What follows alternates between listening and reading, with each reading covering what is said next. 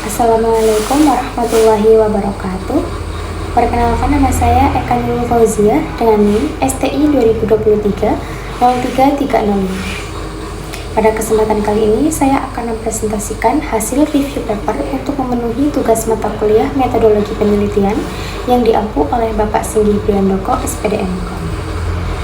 Nah, judul paper ini yaitu Court Decision Prediction Model Using Natural Language Processing and Random Forest. Paper ini membahas pengembangan model prediksi putusan pengadilan menggunakan teknik Natural Language Processing atau NLP yang dikombinasikan dengan algoritma Random Forest. Penelitian ini dilakukan oleh Nasution dan Suprapto yang berasal dari Departemen Ilmu Komputer dan Elektronika Universitas Gadjah Mada. Latar belakang. Yang pertama, jumlah perkara pidana di Indonesia tahun 2023 mencapai 288.472 kasus. Nah, jumlah tersebut menunjukkan bahwa perkara pidana yang harus ditangani oleh lembaga peradilan di Indonesia sangat besar, sehingga membutuhkan proses analisis yang lebih efektif dan efisien. Kemudian terjadi peningkatan sebesar 15% dibanding tahun sebelumnya. Nah, peningkatan jumlah perkara setiap tahun menyebabkan kebutuhan akan teknologi yang mampu membantu proses pengambilan keputusan hukum menjadi semakin penting. Beban kerja aparat peradilan yang semakin tinggi. Banyaknya dokumen hukum yang harus dipelajari dan dianalisis membuat proses penanganan perkara membutuhkan waktu yang cukup lama. Maka dari itu dibutuhkan sistem pendukung keputusan berbasis artificial intelligence. Nah, teknologi AI ini dapat membantu mengolah data dalam jumlah besar sehingga proses analisis dapat dilakukan secara lebih cepat dan konsisten. Kemudian penelitian ini mengusulkan penggunaan NLP dan Random Forest. Melalui kombinasi kedua metode tersebut, peneliti berusaha membangun sistem yang mampu memprediksi putusan pengadilan berdasarkan dokumen hukum yang tersedia. Selanjutnya, rumusan masalah. Bagaimana membangun model prediksi putusan pengadilan menggunakan Random Forest dan NLP.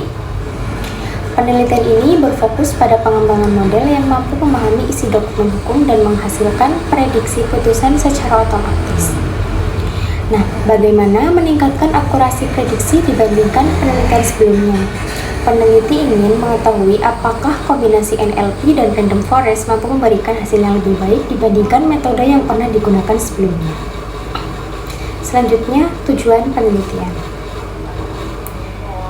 Tujuan penelitian yang pertama, penelitian ini mengembangkan model prediksi putusan pengadilan.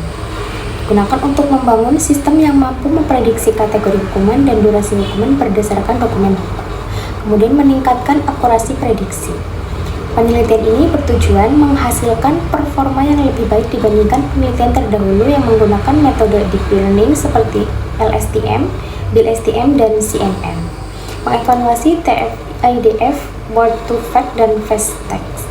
Peneliti membandingkan ketiga metode tersebut untuk mengetahui metode yang paling efektif dalam mempresentasikan dokumen hukum berbahasa Indonesia. Selanjutnya, subjek dan objek penelitian.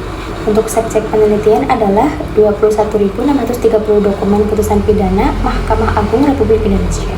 Jumlah data yang besar ini digunakan untuk melatih dan menguji model prediksi sehingga hasil penelitian menjadi lebih representatif. Dokumen dikonversi dari PDF ke XML. Proses konversi dilakukan agar data lebih mudah diekstraksi dan diolah menggunakan teknik NLP.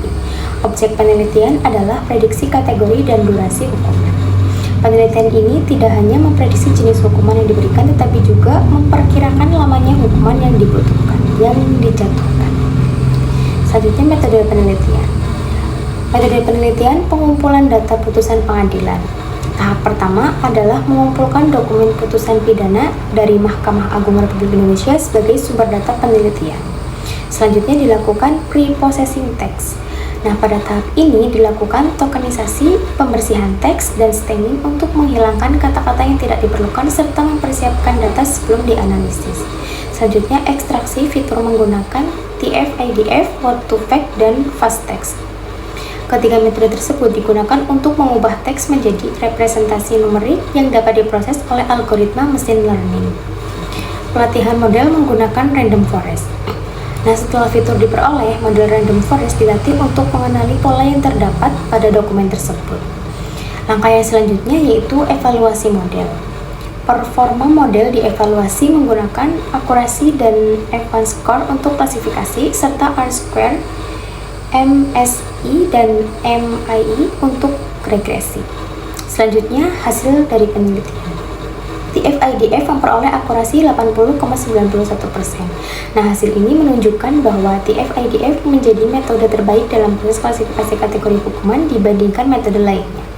Word2Vec memperoleh akurasi 62,53%.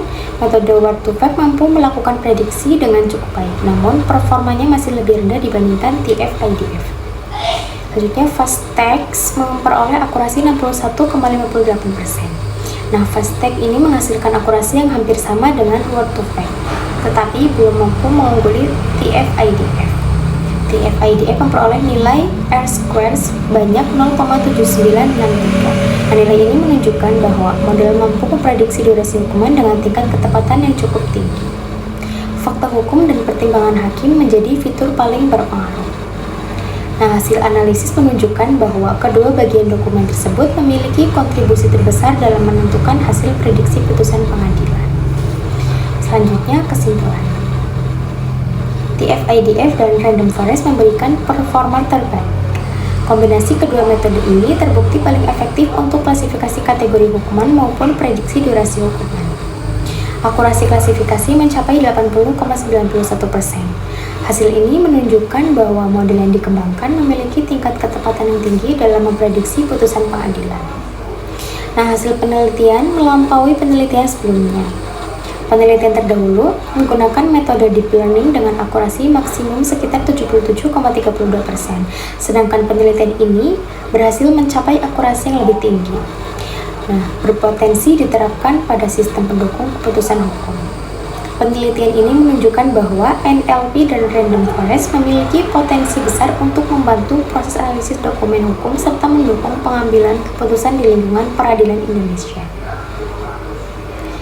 Sekian presentasi hasil review paper yang dapat saya sampaikan. Terima kasih atas perhatiannya. Mohon maaf apabila terdapat banyak kesalahan. Assalamualaikum warahmatullahi wabarakatuh.